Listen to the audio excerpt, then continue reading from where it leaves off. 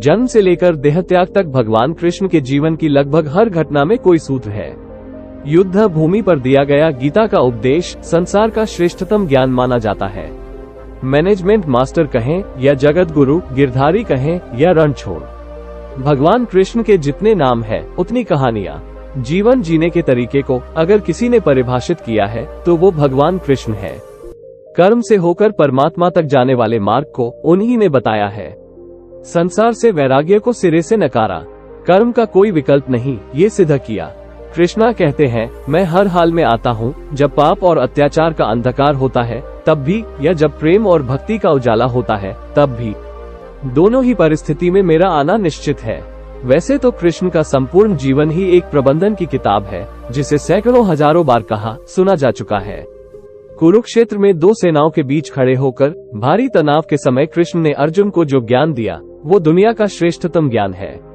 गीता का जन्म युद्ध के मैदान में दो सेनाओं के बीच हुआ। जीवन की श्रेष्ठतम बातें भारी तनाव और दबाव में ही होती है। अगर आप दिमाग को शांत और मन को स्थिर रखने की कोशिश करें तो सबसे बुरी परिस्थितियों में भी आप अपने लिए कुछ बहुत बेहतरीन निकाल पाएंगे। ये कृष्ण सिखाते हैं। गीता पढ़ने से पहले अगर इसी बात को समझ लिया जाए तो गीता पढ़ना सफल हुआ। कृष्ण का जीवन ऐसी ही बातों से भरा पड़ा है। जरूरत है तो बस नजरिए की। उनका जीवन आपके लिए माइथोलॉजी का एक हिस्सा मात्र भी हो सकता है और आपका पूरा जीवन बदल कर रख देने वाला ज्ञान भी। आवश्यकता हमारी है, हम उनके जीवन से लेना क्या चाहते हैं। कृष्ण मात्र कथाओं में पढ़ा या सुना जाने वाला पात्र नहीं है, वो चरित्र और व्यवहार में उतारे जाने वाले देवता है। कृष्ण से सीखें कैसे जीवन को श्रेष्ठ बनाया जाए। 10 बातें हैं जो अगर व्यवहार में उतार ली तो सफलता निश्चित मिलेगी। नंबर 1, शुरू से अंत तक जीवन संघर्ष ही है। कारागृह में जन्मे कृष्ण को पैदा होते ही रात में यमुना पार गोकुल ले जाया गया। तीसरे दिन ही पुतना उन्हें मारने आ गई। यहाँ से शुरू हुआ संघर्ष, देह त्यागने से लेकर द्वारिका डुबोने तक रहा। कृष्ण का जीवन कहता है, आप कोई भी हो, संसार में आए हैं तो संघर्ष हमेशा रहेगा। मानव जीवन में आकर परमात्मा भी सांसारिक चुनौतियों से बच नहीं सकता। कृष्ण ने कभी किसी बात की शिकायत नहीं की, हर परिस्थिति को जिया और जीता। कृष्ण कहते हैं, परिस्थितियों से भागो मत, उसके सामने डटकर खड़े हो जाओ, क्योंकि कर्म करना ही मानव जीवन का पहला कर्तव्य है। हम कर्मों से ही परेशानियों से जीत सकते हैं। पॉइंट नंबर 2, स्वस्थ शरीर से ही विजय है। कृष्ण का बचपन माखन मिश्री खाते हुए गुजरा। आज भी भोग लगाते हैं हम लोग भगवान के लिए, लेकिन ये संकेत कुछ और है। आहार अच्छा हो, शुद्ध हो, बल देने वाला हो। बचपन में शरीर को अच्छा आहार मिलेगा तो ही इंसान युवा होकर वीर बनेगा। शरीर को स्वस्थ रखना है तो बचपन से ध्यान देने की जरूरत है। ये पेरेंटिंग के दौर से गुजर रहे युवाओं के लिए बड़ा मैसेज है। अपने बच्चों को ऐसा खाना दें जो उनको बल दे। सिर्फ स्वाद के लिए ही ना खिलाएं, तभी वे बड़े होकर स्वयं को और समाज को सही दिशा में ले जा पाएंगे। तीसरी बात, पढ़ाई किताबी ना होकर रचनात्मक होनी चाहिए। भगवान कृष्ण ने अपनी शिक्षा मध्य प्रदेश के उज्जैन में संदीपनी ऋषि के आश्रम में रहकर पूरी की थी। कहा जाता है 64 दिन में उन्होंने 64 कलाओं का ज्ञान हासिल कर लिया था। वैदिक ज्ञान के अलावा उन्होंने कलाएं सीखी। शिक्षा ऐसी ही होनी चाहिए जो हमारे व्यक्तित्व का रचनात्मक विकास करे। संगीत, नृत्य, युद्ध सहित 64 कलाएं कृष्ण के व्यक्तित्व का हिस्सा है। बच्चों में कोरा ज्ञान ना भरें, उनकी रचनात्मकता को नए आयाम मिले, ऐसी शिक्षा व्यवस्था होनी चाहिए। नंबर 4, रिश्तों से ही जीवन है, बिना रिश्तों के कुछ न ही। कृष्ण ने जीवन भर कभी उन लोगों का साथ नहीं छोड़ा जिनको मन से अपना माना। अर्जुन से वे युवावस्था में मिले, ऐसा महाभारत कहती है, लेकिन अर्जुन से उनका रिश्ता हमेशा मन का रहा। सुदामा हो या उद्धव, कृष्ण ने जिसे अपना मान लिया उसका साथ जीवन भर दिया। रिश्तों के लिए कृष्ण ने कई लड़ाइयां लड़ी और रिश्तों से ही कई लड़ाइयां जीती। उनका सीधा संदेश है कि सांसारिक इंसान की सबसे बड़ी धरोहर रिश्ते ही हैं। अगर किसी के पास रिश्तों का थाती नहीं है तो वो इंसान संसार के लिए गैर जरूरी है। इसलिए अपने रिश्तों को दिल से जिएं, दिमाग से नहीं। नंबर 5, नारी का सम्मान समाज के लिए जरूरी है।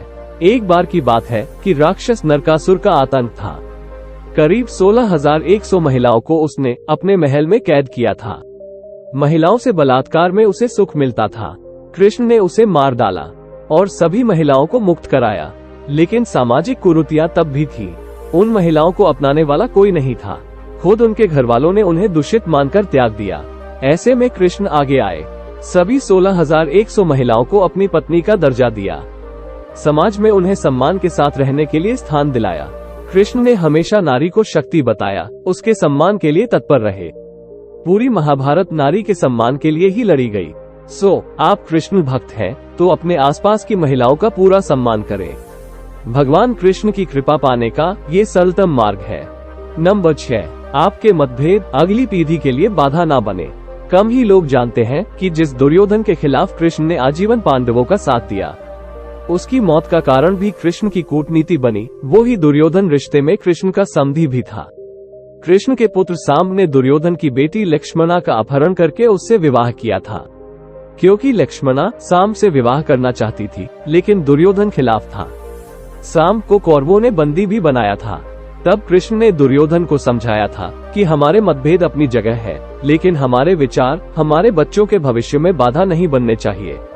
दो परिवारों के आपसी झगड़े में बच्चों के प्रेम की बलि ना चढ़ाई जाए। कृष्ण ने लक्ष्मणा को पूरे सम्मान के साथ अपने यहाँ रखा। दुर्योधन से उनका मतभेद हमेशा रहा, लेकिन उन्होंने उसका प्रभाव कभी लक्ष्मणा और साम्ब की गृहस्थी पर नहीं पड़ने दिया। नंबर 7, शांति का मार्ग ही विकास का रास्ता है। कृष्ण ने महाभारत युद्ध के पहले शांति से समझौता करने के लिए पांडवों और कौरवों के बीच मध्यस्थता की। हालांकि दोनों ही पक्ष युद्ध लड़ने के लिए आतुर थे, लेकिन कृष्ण ने हमेशा चाहा कि कैसे भी युद्ध टल जाए। झगड़ों से कभी समस्याओं का समाधान नहीं होता है। शांति के मार्ग पर चलकर ही हम समाज का रचनात्मक विकास कर सकते हैं। कृष्ण ने समाज की शांति से मन की शांति तक दुनिया को ये समझाया कि कोई भी परेशानी तब तक मिट नहीं सकती जब तक वहाँ शांति ना हो। फिर चाहे वो समाज हो या हमारा खुद का मन, शांति से ही सुख मिल सकता है, साधनों से नहीं। नंबर 8, हमेशा दूरगामी परिणाम सोचें। महाभारत में जुए की घटना के बाद पांडवों को वनवास हो गया। कृष्ण ने अर्जुन को समझाया कि ये समय भविष्य के लिए तैयारी करने का है। महादेव शिव, देवराज इंद्र और दुर्गा की तपस्या करने को कहा। कृष्ण जानते थे कि दुर्योधन को कितना भी समझाया जाए, वो पांडवों को कभी उनका राज्य नहीं लौटाएगा। तब शक्ति और सामर्थ्य की जरूरत होगी। कर्ण के कुंडल कवच पांडवों की जीत में आड़े आएंगे, ये भी वे जानते थे। उन्होंने हर चीज पर बहुत दूरगामी सोच रखी। कोई भी फैसला तात्कालिक आवेश में नहीं लिया। हर चीज के लिए आने वाली पीढ़ियों तक का सोचा। यही सोच समाज का निर्माण करती है। नंबर 9, हर परिस्थिति में मन शांत और दिमाग स्थिर रखना चाहिए। पांडवों के राजसूय यज्ञ में शिशुपाल भगवान कृष्ण को अपशब्द कहता रहा। छोटा भाई था, लेकिन मर्यादाएं तोड़ दी। पूरी सभा चकित थी, कुछ क्रोधित भी थे, लेकिन कृष्ण शांत थे, मुस्कुरा रहे थे। शांति दूत बनकर गए तो दुर्योधन ने अपमान किया। कृष्ण शांत रहे। अगर हमारा दिमाग स्थिर है, मन शांत है, तभी हम कोई सही निर्णय ले पाएंगे। आवेश में हमेशा हादसे होते हैं, ये भगवान कृष्ण सिखाते हैं। विपरीत परिस्थितियों में भी कभी विचलित नहीं होने का गुण कृष्णा से बेहतर कोई नहीं जानता। लास्ट और सबसे महत्वपूर्ण पॉइंट नंबर 10, लीडर बनने या श्रेय लेने की होड़ से बचे। भगवान कृष्ण ने दुनिया भर के राजाओं को जीता था। जहां ऐसे राजाओं का राज था जो भ्रष्ट थे, जैसे जरासंध, लेकिन कभी किसी राजा का सिंहासन नहीं छीना। कृष्ण के पूरे जीवन में कभी ऐसा नहीं हुआ कि उन्होंने किसी राजा को मारकर उसका शासन खुद लिया हो। जरासंध को मारकर उसके बेटे को राजा बनाया, जो चरित्र का अच्छा था। सभी जगह ऐसे लोगों को बैठाया जो धर्म को जानते थे। कभी किंग नहीं बने, हमेशा किंगमेकर की भूमिका में रहे। महाभारत युद्ध में भी खुद हथियार नहीं उठाया। पूरा युद्ध कूटनीति से लड़ा, पांडवों को सलाह देते रहे, लेकिन जीतने का श्रेय भीम और अर्जुन को दिया। दोस्तों, वीडियो पसंद आया हो तो वीडियो को लाइक, शेयर तथा चैनल को सब्सक्राइब करें। यदि आप भगवान कृष्णा को लाइक करते हैं तो कमेंट बॉक्स में जय श्री कृष्णा लिखना ना भूलें। धन्यवाद।